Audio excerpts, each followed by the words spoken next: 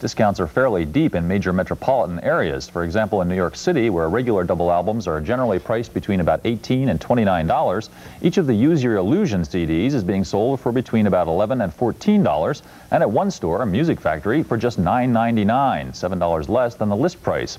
As for why the two records weren't issued as a double album, here's Guns guitarist Slash to explain. For one, we didn't want to look that pompous, and we didn't want to make anybody go out and have to spend, like, you know, $30 or whatever it is for a double record. Double records seem to be just like out of date anyway. And then when the concept started to form of separating it and making it so you could go out and buy one if you like it, then maybe you buy the other one. You have a choice of the two, and stuff like that. It made it more fair to the public. I think it's a good idea that they didn't release it in a double album, because that way people can choose, and it is a lot of money to spend on something. I like the variety myself, but due to the size of my wallet, I would have liked 2 on 1. With the economy all messed up, I don't see how they can get away with that stuff, but you know, people are gonna buy it though, because it's Guns N' Roses. Doesn't matter to me if it's 2, 3, 4, I'll buy it anyway, you know. Most mainstream hard rock albums these days are carefully tailored for radio airplay, but as anyone who's bought the Use Your Illusion albums knows, they contain several elaborate tracks, such as November Rain and Coma, that could never be shoehorned into the average ultra-tight radio format. We asked Guns N' Roses' new drummer Matt SORUM about this, and here's what he told us. We do have some like epic type tunes, you know, 8-minute, 9-minute songs. We have one song that's about 10 minutes long. But we kind of went into it not thinking like, oh, you know, we're going to get a bunch of radio play, you know. I mean, who cares? You know, this band doesn't think that way, really. It's kind of whatever feels good, you know. And, you know, like bands back in the 70s, Bohemian Rhapsody, I mean, that song was 7 minutes long. It was #1. You know, these days people are so formalized. Oh, it's got to be 3.5 minutes, you know. I mean, Stairway to Heaven, that wasn't any short little number, you know. Sure. So I think people have to remember that, you know, and take the song for what it is. I think radio is probably a lot more expensive these days, you know, as far as the commercials and everything, so they have to cut everything. SORUM, of course, previously played drums with The Cult, on stage at least, until Guns N' Roses spotted him 2 years ago and recruited him to replace their own outgoing drummer, Steven Adler. A bass player left The Cult in considerable disarray. But the band is back now with a new album called Ceremony due out next week. And how did the group really feel about losing SORUM to Guns N' Roses? Well, here's what Cult guitarist Billy Duffy had to tell us. Matt was still with us. We had the nucleus of the band together, and then Guns N' Roses just offered him a fortune, and he decided to, you know, take the money as opposed to opening the box. You know, it really is just that simple. They really needed him, and to be, in all honesty, it doesn't disturb me the way it's turned out. I mean, I'm not terribly, it didn't really inhibit us in a great way. In fact, it was just like, kind of like less baggage to worry about, you know, with all due respect. It was just like me and Ian could get on with the business of the two of us locking ourselves in the room and writing songs again, which is how, you know, the essence of the whole thing. Computer Newswire released a story today contending that Guns guitarist Izzy Stradlin wants out of the band, or at least out of touring, which he dislikes, and that Jane's Addiction guitarist Dave Navarro, whose own group is scheduled to fold when its current tour ends, has been asked to take Stradlin's place in Guns N' Roses should he in fact leave the group. Stradlin is heavily featured as a songwriter and even lead singer on the 2 new Guns albums, but he doesn't appear with the rest of the band at the end of its video for You Could Be Mine, and nor did he take part in the filming of the group's new clip for the song Don't Cry. A Jane's Addiction representative told MTV News that guitarist Navarro has been asked to fill in for Stradlin on stage when Guns N' Roses resume their U.S. tour next month, but not to become a full-fledged member of the band. A Geffen Records spokeswoman denied that Navarro would be joining the band, but withheld comment on whether or not he might be playing with it. We will keep you posted. Whatever the case, along with the pressures brought by fame and fortune on the scale achieved by Guns N' Roses over the past few years, there's also a considerable amount of privilege, as frontman Axl Rose, in the first installment of our interview of the week, is here to tell us. We really have a lot of control over everything we do, and we have the full support of Geffen Records, and there's not a whole lot of getting in the way, and if somebody is really getting in the way, we figure out a way to remove them. So it's going really nice, and that's the advantage of selling, you know, 12 million records or whatever we sold, you know, off Appetite. I think the music business is starting to go well. You're not making a whole lot of mistakes, so we'll just go with it. And if it's fun for everybody, it'll be cool. And we're trying to make things nice for everybody that's involved. Yeah. You know, and it's really fun for me. You know, because you know, getting the reputation of such a brat. You know, it's good to turn it around. In concert, conducted a little poll of his own on this subject, and here he is to tell you more about it. Sure, we all know that the new Guns N' Roses Use Your Illusion albums are the hottest seller in recent memory, but just why exactly? Could it be that it's been over 4 years since their last album? Or maybe it's the extra publicity generated by Axl's on-stage public antics? Or maybe it's the fact that there's just been a recent dearth of genuinely gritty rock and roll music. But either way, in the end, it's the music itself that really matters, so we wondered what people really thought of these albums once they got them home. Now, if we gave you the two new albums, the two new Guns N' Roses albums today, would you go home, listen to them, and come back on Monday and tell us what you thought? Sure. Do you have time this weekend? Kind of a slow weekend, guys? We'll make time. Okay, excellent. Gotta play flute. Oh, okay. Oh, so this will be interesting. You'll let us know if you can maybe put together a sort of a flute arrangement of one of the songs. I just might. Have you ever heard of a band called Guns N' Roses? No. What do you think of Axl? I love Axl. I named my cat Axl. You named your cat Axl. Even though you're a fan, though, you're going to be honest with it. Yes, of course, definitely. Okay, so if it really sucks, you'll let us know. I'm going to let you know it sucks if it sucks. Okay. I want you to bring your cat with you on Monday when you come back. No, she's a little kitten. It doesn't matter. It doesn't matter. If your cat is named Axl, you have to bring her. We're taking the tapes back. You've never heard of these guys? No. Okay, this is going to be interesting. 2 days later, the weekend's over, and here's Ed. Ed, the review. Review? They're excellent. Guns N' Roses, more ferocious than ever, I think. It's very good. Really? Yep. This is your first time now listening to Guns N' Roses. That's true. It's the first time I'm listening. In my view, that the music and the lyrics are very good. Is the cat in the bag? Where's the cat? Where's Axl? It's raining. Axl's home. What did you think of the album? I loved it. Both albums? Yeah, I would, especially the cover tunes, but there's a Shotgun Blues I liked, and Yesterdays, I think it's called.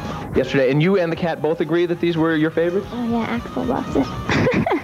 You're going to find a lot more older people, like your parents, teenagers' parents will be listening to this. They thought Dad's gone nutty. Yep, that is true. When you gave me the tape, I said, I'll bring it back if I don't like it. But come to think of it, if I meet a girl and she says, do you have any Guns N' Roses?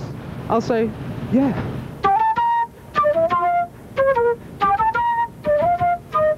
I really like November Rain and Don't Cry. They were very good. But the other stuff is just really too harsh for me. I kind of had to turn it off, actually, because it was just too much. I mean, a couple songs I really liked, but mostly it was a bit depressing, yeah. Okay. Ferocious. Harsh. Good solos. Loud. Violent. Insane. Good drumming. Incredible. Thought-provoking. Good rock and roll. Thumbs up all the way to Guns N' Roses this time around. Anyone who wades through the 2.5 hours of music on the two new Guns N' Roses albums is bound to be struck by their broad range of styles and moods, from full-bore punk batterings to elaborate ballads. New drummer Matt SORUM had no trouble dealing with this varied material because, as he tells us in tonight's installment of our Interview of the Week, he's a man with a rather eclectic musical past. There was a lot of different types of music, which I didn't have a problem with, because I come from like a lot of different like musical backgrounds. You know, I played with R&B artists, and I played with a lot of Gladys Knight and the Pips. I played with in that, yeah. And I played with about 2 years ago. I did one of our albums, and you know, I got one track on the album. And then I worked with Linda Carlisle on some pop stuff, so I had all kinds of different, like, you know, stuff just to make ends meet is what I did in the studios in LA. You know? Someone called me up, you know, I wouldn't argue, you know. I'll play with anybody. Axl said, hey, we have a tune that's sort of, you know, like Nigel Olsson type drum style, like Elton John's old drummer. I said no problem, because I have all those Elton John albums. I love Elton John. Yeah. So I knew right what to do with it. So it wasn't really a problem for me. A lot of synthesizers, which hard rock bands generally avoid. However, in this latest installment of our Interview of the Week, Dizzy Reed and guitarist Slash are here to explain that the synthesizers do not mean GNR has wimped out in any way. I started going down to pre-production, and we kind of just went through it, and we listened to, you know, all the songs, and I was there, and like if I had an idea, I got up and I played it. If they liked it, we worked on it. Yeah. If they didn't want keyboards on that song, and we just threw it out. Yeah. And then I went in, they did all the basic tracks, and I went in like a couple weeks and just did all this keyboard stuff on the new album. There is actually some synth on the new record, but it's not like Milli Vanilli didn't do. No, I mean, it's not that kind of stuff. It's just with the bands playing, and there's some other stuff like thrown in. It's just because we were screwing around. It's very Guns N' Roses. albums, which went on sale September 17th, together sold between 1.5 and 2 million copies in their first week of sale. Album 2 outsold 1 by only 100,000 copies. This despite the albums being banned at nearly 4,000 Kmart and Walmart stores, who objected to GNR's bad boy image and raw lyrics. Also banning GNR for obscene lyrics is the South Pacific nation of Singapore, but authorities there have cited only Use Your Illusion 2. Back here, meanwhile, controversy is growing over the Use Your Illusion 2 track, Get in the Ring, in which Axl Rose attacks various members of the rock press for printing lies about the band. One of his targets is Bob Guccione Jr., editor and publisher of Spin magazine, whose run-in with Guns centered on an extraordinarily demanding contract the band's management wanted prospective interviewers to sign. Instead of signing it and doing an interview, Guccione printed the contract in Spin. Here, in the final installment of our interview of the week, is Axl Rose discussing his differences with Spin. Well, in regards to Spin magazine, you know, I read a review of that piece somewhere else and was like, kudos to Spin magazine for not bowing and scraping for an interview, when the facts are that that's basically what they've been doing for a really long time, and since they couldn't get it, they decided to be hostile. And that was a test contract basically because of certain situations we've had with the English press that we tested in Rio. And the most outrage that we really got was from the magazines that we were having problems with to begin with. You know, and because we weren't going to talk to them anyway, and then they saw that and went running with it. But no, we're not trying to control everything. We just want what we said, or anything we say, to be in the proper context and to be something we really said. Spin's Bob Guccione Jr., of course, has his own view of this situation, and he spoke about it recently with the Source Radio Network.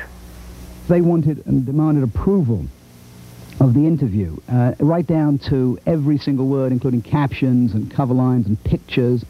And the contract even stated that the journalist was, for the purposes of the interview, actually an employee of Guns N' Roses. That's how obnoxious this was. That's how insulting it is. Talk about ripping off people for their hard-earned money. These guys try to manipulate you in a way that the chairman of Exxon wouldn't even dream of doing. They have been big fans of Terminator and have expressed that many times, and so I have been a fan of their music, so we checked into what it would be like to do a video together or to get some of their music. What worked out really cool is we wanted to put out a version of a song, You Could Be Mine. We shot a video for it. We filmed the show in the Ritz, and then, you know, I guess Arnold was flying back from Congress. I'm going, I want to be in the video. We hung out we got along really, really well. And he gave the whole band jackets from the movies, and these great French leather biker jackets, right? With bullet holes everywhere. No problemo. It's really cool. We're kind of real soft-spoken. Nice guy. Hasta la vista, baby. We shot some footage of us coming out of the dressing room, or the stage door at the Roxy in LA, where we come face to face with Arnold in his Terminator gear. And it was all pretty funny, and we were pretty rotted by that point. I was just going to go in and do the record. I went to a barbecue at Slash's, and he proposed a question to me. You want to join Guns N' Roses, you know? I kind of went, well, can I have a cocktail, please? You know? Well, Matt's really solid, you know, and everybody in the band can rely on Matt's playing. Giving Holiday to slip out a press statement announcing that one of the band's founding members, guitarist, songwriter, and singer Izzy Stradlin, had resigned from the group, ending a musical relationship with hometown pal Axl Rose that dated back 15 years. In the statement, Rose said that Stradlin and the rest of the band had been going in separate directions, and that Stradlin was, quote, not really into touring or video or anything like that. Rose also added that Stradlin's departure was, quote, kind of a shock to my system. Izzy Stradlin's place in Guns N' Roses has been filled by guitarist Gilby Clarke from another LA band called Kill for Thrills, and he made his debut with the Guns at a tour opening show in Worcester, Massachusetts on Thursday night.